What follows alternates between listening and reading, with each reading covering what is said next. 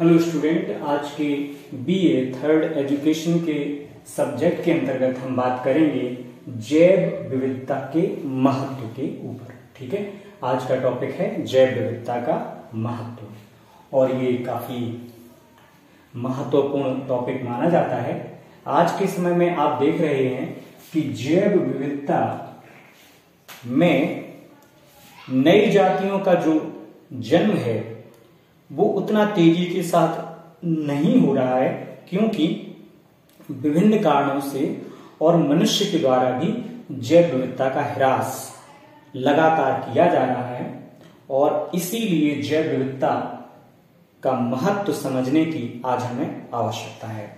तो हम विभिन्न बिंदुओं पर जैव विविधता के महत्व को समझेंगे। तो सबसे पहले हम बात करते हैं पारिस्थितिक संतुलन के बारे में।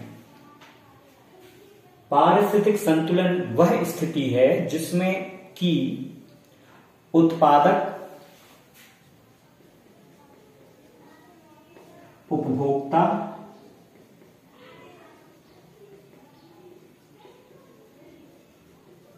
द्वितीयक उपभोक्ता और तृतीयक उपभोक्ता इत्यादि जुड़े रहते हैं। ठीक है, आगे आप अपघटक को भी शामिल कर सकते हैं। तो आप सभी इस बात से परिचित हैं कि उत्पादक कौन होता है। सबसे पहले प्रकृति में उत्पादक कौन है? प्रकृति में उत्पादक होते हैं हरे पेड़ पौधे। ठीक है, हरे पेड़ पौधे, घास इत्यादि। प्राथमिक उपभोक्ता कौन होते हैं? शाकाहारी जीव जो होते हैं वो प्राथमिक उपभोक्ता के रूप में शामिल किए जाते हैं। द्वितीय उपभोक्ता कौन होते हैं? जो मांसाहारी जीव होते हैं।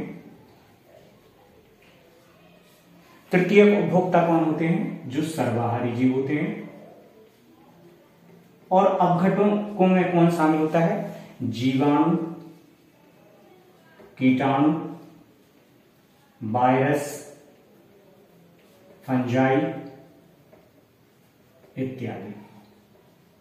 आप इनको सूक्ष्म जीव भी कह सकते हैं, सूक्ष्म जीव जो होते हैं। ठीक, तो ये एक पैटर्न होता है जिसके अनुसार हमारी पृथ्वी का जो एक संतुलन है, प्राकृतिक संतुलन, वो बना रहता है। उत्पादक, प्राथमिक उपभोक्ता, द्वितीयक उपभोक्ता, तृतीयक उपभोक्ता, अपघटक, इन सबकी संख्या एक दूसरे के अनुकूल बनी रहती है और किसी भी स्थिति में एक दूसरे से अधिक नहीं होते हैं। यानी कि उत्पादक उतनी मात्रा में होते हैं जितनी मात्रा में शाकाहारी जीव होते हैं। शाकाहारी जीवों को उनकी जो संख्या है उसको संतुलन करने के लिए प्रकृति ने मांसाहारी जीवों को बनाया है। मांसाहारी जीवों का संख्या नियंत्रित करने के लिए प्रकृति ने सर्वाहारी जीवों को बनाया है और सर्वाहारी जीवों की मृत्यु होने पर उनके शरीर को अपघटन करने के लिए अपघटकों का निर्माण भी प्रकृति ने किया है। इस प्रकार से अगर इस पैटर्न पे काम करते हैं तो प्रकृति में संतुलन बना रहता है। लेकिन पारिस्थितिक संतुलन में व्यवधान कब हो जाता है? जब हरे पेड़ पौधे को काट दिया जाए या उनका अत्यधिक प्रकार से दोहन किया जाए या शाकाहारी जीवों को नष्ट कर दिया जाए या मांसाहारी जीवों की संख्या को नष्ट कर दिया जाए। और ये कौन कर रहा है? निश्चित रूप से अगर इन सभी नकारात्मक पहलुओं की बात की जाए तो इसके लिए केवल मनुष्य ही उत्तरदायी है। हालांकि प्रकृति भी इनकी संख्या को कम ज्यादा करती है, लेकिन उसका एक निरंतरता होती है। अचानक से वो किसी को समाप्त नहीं करती है, उसमें काफी समय लगता है। जबकि मनुष्य लगातार हरे पेड़ पौधों को, शाकाहारी जंतुओं को, मांसाहारी जंतुओं को नष्ट भ्रष्ट कर रहा है, उन्हें समाप्त करने पर तुला हुआ है। इसी कारण से आज प्रकृति में संतुलन की स्थिति गड़बड़ा गई है। तो जैव विविधता का महत्व इसलिए महत्वपूर्ण है क्योंकि यह प्राकृतिक संतुलन को बनाने में बहुत बड़ा एक कारक माना जाता है। प्रकृति में जो संतुलन की स्थिति होती है उसमें जैव विविधता महत्वपूर्ण है। दूसरी बात है पारिस्थितिक बेहतर। जैव विविधता जितनी ज्यादा होती है प्रकृति के लिए, पृथ्वी के लिए और प्राकृतिक संतुलन तीनों की बेहतर स्थिति के लिए बहुत अच्छी अवस्था मानी जाती है। यानी जैव विविधता जितनी अच्छी सघन होगी उतनी ही अच्छे रूप में प्रकृति में पारिस्थितिकी बेहतर रूप से कार्य कर सकेगी। तीसरा, सामग्री की उपलब्धता। मनुष्य, शाकाहारी जंतु, मांसाहारी जंतु, सर्वाहारी जंतु सभी लोग एक दूसरे पर ही सामग्री की उपलब्धता के लिए आश्रित होते हैं। इसलिए जैव विविधता की बेहतरी और जैव विविधता में संतुलन होना परम आवश्यक है, क्योंकि अगर ऐसा नहीं होता है तो जो भी सामग्री हमें प्रकृति से उपलब्ध होती है उसमें कमी आ जाएगी।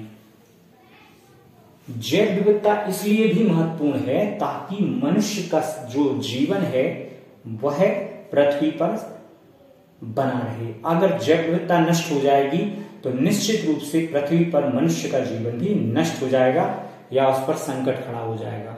और मनुष्य के अस्तित्व को बचाने के लिए सबसे अच्छा उपाय यह है कि हम जैव विविधता को हमेशा उसकी उन्नत स्थिति में बनाए रखें और उसकी प्रगति के लिए कार्य करें। हमारा कोई भी कार्य ऐसा नहीं होना चाहिए जिससे हरे पेड़ पौधे नष्ट हो जाएं।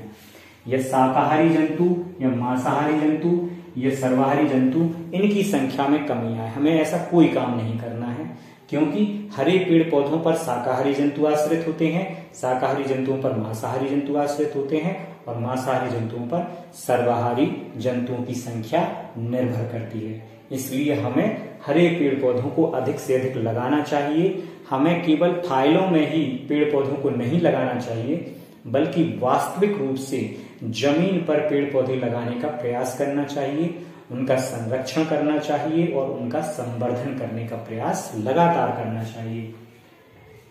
आर्थिक, सामाजिक, व्यवसायिक और सांस्कृतिक महत्व। पेड़ पौधे हमें आर्थिक लाभ देते हैं, पेड़ पौधों से सामाजिक स्थिति में वृद्धि होती है, व्यवसाय की दृष्टि से भी पेड़ पौधे लाभदायक होते हैं और पेड़ पौधों का सांस्कृतिक महत्व भी होता है। या यूं कहें कि जैव विविधता हमारे आर्थिक, सामाजिक, व्यवसायिक और सांस्कृतिक महत्व को अत्यधिक रूप में उन्नत बनाने का काम करती है। इसलिए हमें समग्र रूप से जैव विविधता के संरक्षण और संवर्धन के लिए कार्य करना चाहिए। जैविक संसाधनों हेतु मनुष्य पूरी तरह से जैव विविधता के ऊपर निर्भर है। चाहे आप फलों की बात करें, चाहे औषधियों की बात करें, चाहे ऑक्सीजन की बात करें, बहुत सारे कारक ऐसे हैं जिनकी उपलब्धता हेतु मनुष्य आज भी प्रकृति पर ही निर्भर है। अगर प्रकृति में स्वच्छ जल नहीं होगा, प्रकृति में अगर आपको ईंधन प्राप्त नहीं होगा, प्रकृति से बहुत सारे तत्व जो हमें मिल रहे हैं, पदार्थ मिल रहे हैं, खनिज संसाधन मिल रहा है, अगर हम जैव विविधता को नष्ट कर देंगे तो वो सारे संसाधन भी एक दिन समाप्त हो जाएंगे और उससे हमारी जो प्रगति है वो पूर्ण रूप से बाधित हो जाएगी। पूर्ण जीवन हेतु अगर मनुष्य को वास्तविक रूप से एक सच्चा मनुष्य बनना है तो उसे प्रकृति की रक्षा करनी ही होगी और प्रकृति की रक्षा के लिए लगातार कार्य करने होंगे। और इसका सबसे सरल उपाय यह है कि मनुष्य द्वारा पेड़ पौधे लगाए जाएं, चाहे वो खाद्य पदार्थ के रूप में हो, चाहे वह फलों के रूप में हो, चाहे औषधियों के रूप में हो, चाहे अन्य किसी कारण से हो, लेकिन हमें समग्र रूप से पेड़ पौधों को लगाना होगा और उनका संरक्षण और संवर्धन करना होगा। तभी मनुष्य अपना पूर्ण जीवन उन्नत तरीके से जी पाएगा।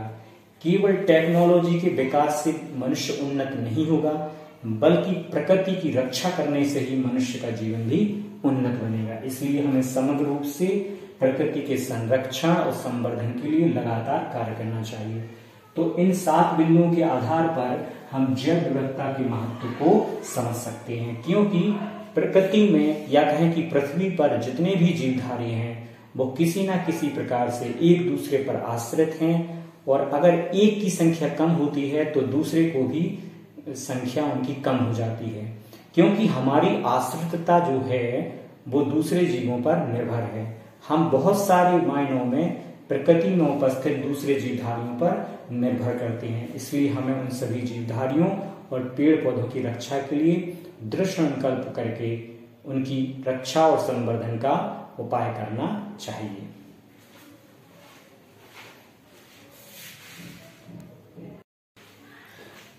इसलिए जैव विविधता के महत्व को समझते हुए हमें जैव विविधता की जो भी स्थिति है उसको बनाए रखने का प्रयास करना चाहिए, उसकी प्रगति के लिए कार्य करना चाहिए और उसकी सर्वांगीण विकास के लिए भी हमेशा तत्पर रहना चाहिए।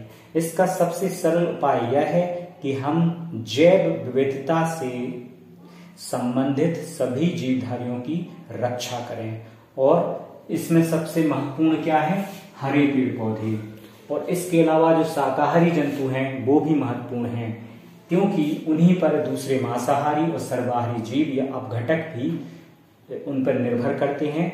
देखिए, सबसे बड़ी बात यह है कि जैव विविधता जितनी ज्यादा होती है किसी भी क्षेत्र में, वहां का वातावरण जीवन के लिए उतना ही अच्छा माना जाता है।